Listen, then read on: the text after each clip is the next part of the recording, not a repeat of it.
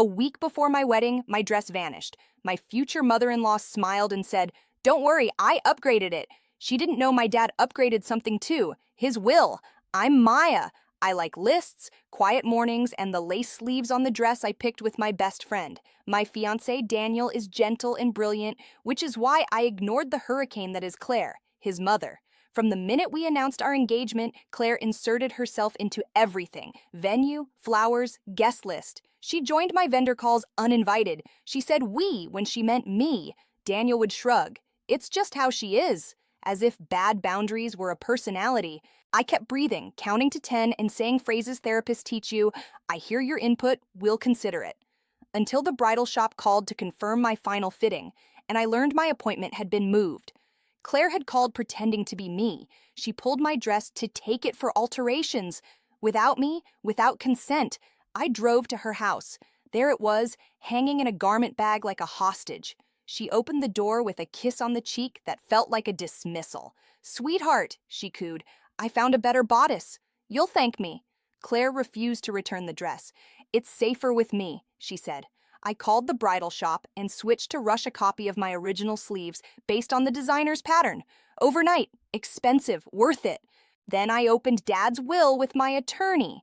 There it was, a clause that would transfer decision authority and a protective lien over the venue my dad had partially financed as a gift if a third party attempts to alter or obstruct the event against Maya's documented consent. Dad had loved me and disliked bullies. He wrote like a poet, signed like a lawyer. I said, "Put the dress down." She said, "You're young, you don't understand quality." She had swapped my sleeves for a strapless top with rhinestones that spelled "bride" across the bust. It looked like a pageant sash lost a fight with a glue gun.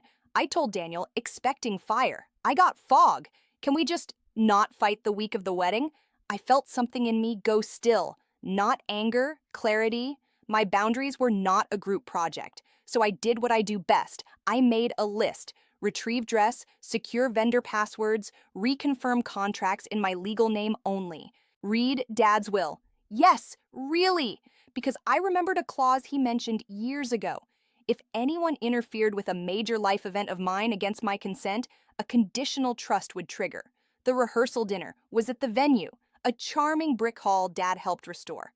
Claire arrived early with her version of the dress and a smug expression you could bottle as perfume. "I saved your wedding," she announced. The wedding day arrived. I wore my sleeves, not because of lace or fashion, but because they were mine. Claire attended, seated respectfully after signing a written agreement to cease vendor contact. She scowled in the family photos. I beamed. During vows, Daniel apologized, not performatively, but specifically. For not seeing, for not protecting, for making you do it alone.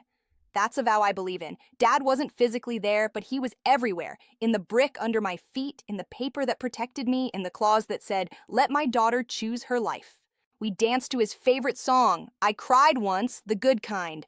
Later, people said the wedding was beautiful because the flowers were perfect and the cake didn't fall. That's not why. It was beautiful because it was ours. "You saved your opinion," I said, and I didn't ask for either. Daniel tried to play mediator. "Let's just rehearse." "We will," I said, "as soon as we clear one thing." I handed the venue manager a letter from my attorney. It cited the clause and included copies of messages where Claire impersonated me with vendors. The manager read, blinked, and nodded. "Under this," he said, "we answer to Maya and Maya only." Claire laughed. "This is ridiculous."